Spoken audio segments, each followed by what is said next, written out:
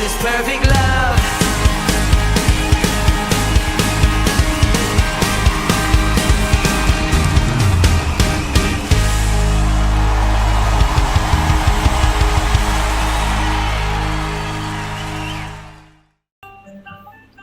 Dalam Bapak Ibu Saudaraku yang terkasih di dalam Tuhan, 1 Tawarik 10 ayat yang ke-13. Demikian firman Tuhan. Demikianlah Saul mati karena perbuatannya yang tidak setia terhadap Tuhan. Oleh karena itu, ia tidak berpegang pada firman Tuhan. Dan juga karena ia telah meminta petunjuk dari arwah. Bentuk ketidaksetiaan Saul berupa ketidaktaatan. Kita bisa ambil 3 contoh yang paling jelas. Yang pertama, Saul telah merampas salah satu hak prerogatif imam. Saul sudah diberitahu untuk menunggu 7 hari di Gilgal sampai Samuel tiba untuk mempersembahkan korban. Tapi ternyata setelah lewat seminggu dan Samuel belum muncul, Saul mengambil alih dan bertindak sendiri.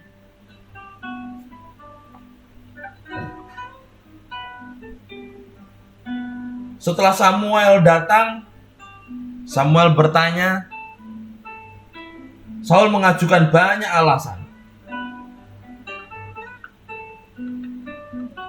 Dalam 1 Samuel 13, Samuel berkata kepada Saul,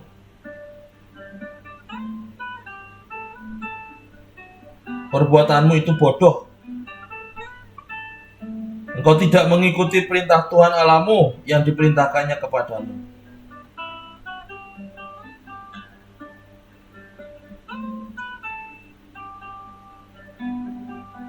Dosa Saul adalah kombinasi antara ketidaksabaran, kesombongan, pelanggaran akan perintah Allah, dan ketidaktaatan.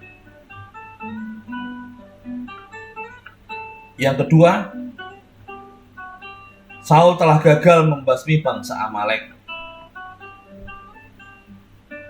Saul secara nyata dan jelas diperintahkan Allah untuk memusnahkan bangsa Amalek yang menyerang bangsa Israel ketika baru saja keluar dari Mesir. Tapi nyatanya Saul melindungi Agag, raja Amalek, bahkan bersama ternak terbaik yang ada pada raja Amalek. Apa yang diperbuat Saul ditegur oleh Samuel. Tapi sebaliknya Samuel malah menyalahkan tentaranya dan menambahkan bahwa mereka melakukan itu karena hendak mengorbankannya bagi Tuhan.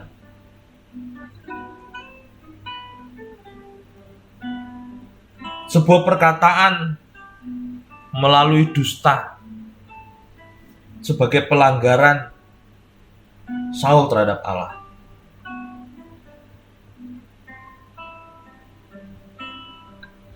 Jawaban Samuel dalam 1 Samuel 15 ayat yang ke-22, sesungguhnya mendengarkan lebih baik daripada kurban sembelihan, memperhatikan lebih baik daripada ternak atau lemak domba-domba jantan.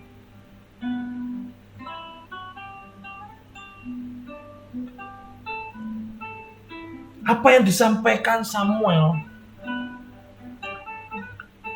Allah itu tidak gila tentang korban. Allah tidak gila dengan penyanjungan.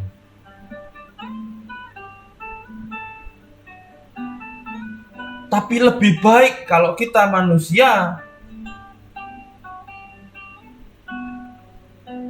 lebih mendengarkan tentang nasihat dan belajar mengenai kebaikan. Tunduk pada perintah-perintah Allah dalam ketaatan. Teguran Samuel kepada Saul seolah tidak pernah menyadarkan Saul akan kesalahannya. Apa yang dilakukan Samuel kepada Saul tidak membuat Saul jerah.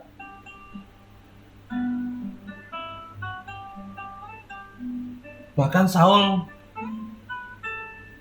nyata tidak pernah menghargai Samuel. Dan yang ketiga, Saul meminta nasihat pemanggil arwah.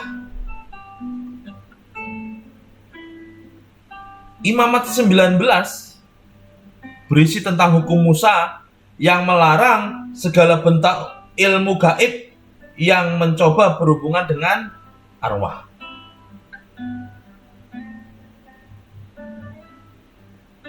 Musa sudah pernah menuliskan semua bentuk hubungan dengan arwah atau semua bentuk ilmu gaib yang menggunakan arwah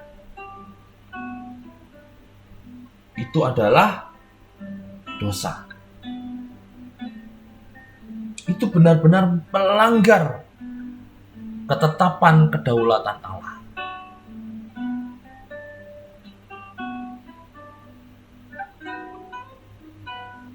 Di awal pemerintahannya Saul, 1 Samuel 28 ayat 3, Samuel telah menyingkirkan dari dalam negeri para pemanggil arwah dan roh peramal.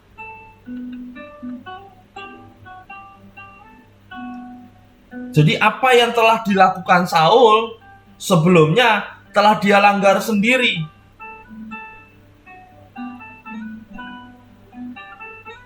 Samuel sudah mengingatkan Saul, menegur Saul. Sedangkan Saul dengan seenaknya, bahkan dia melanggar ketetapannya sendiri.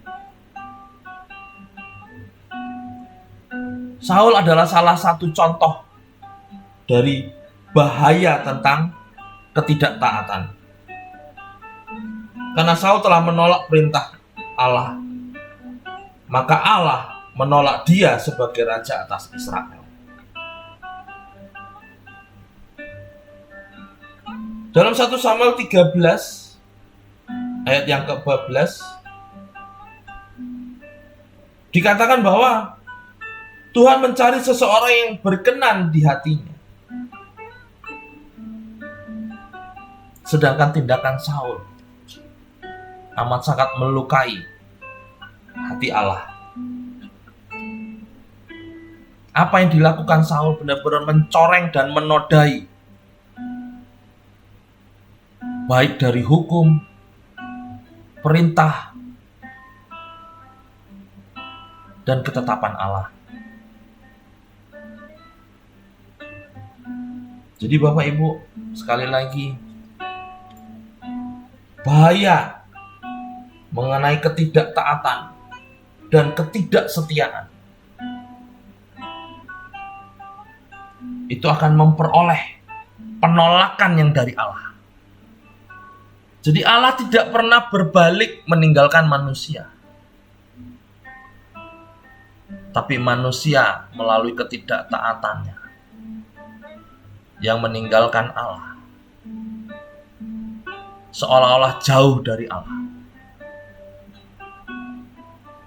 Oleh sebab itu, oleh karena kasih-Nya, oleh karya keselamatan atas darah Kristus Yesus di kayu salib,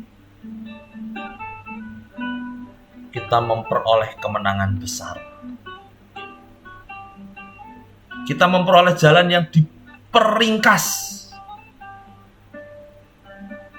untuk menuju kepada tahta kemuliaan Allah melalui pertobatan dan jalan keselamatan. Tuhan Yesus memberkati.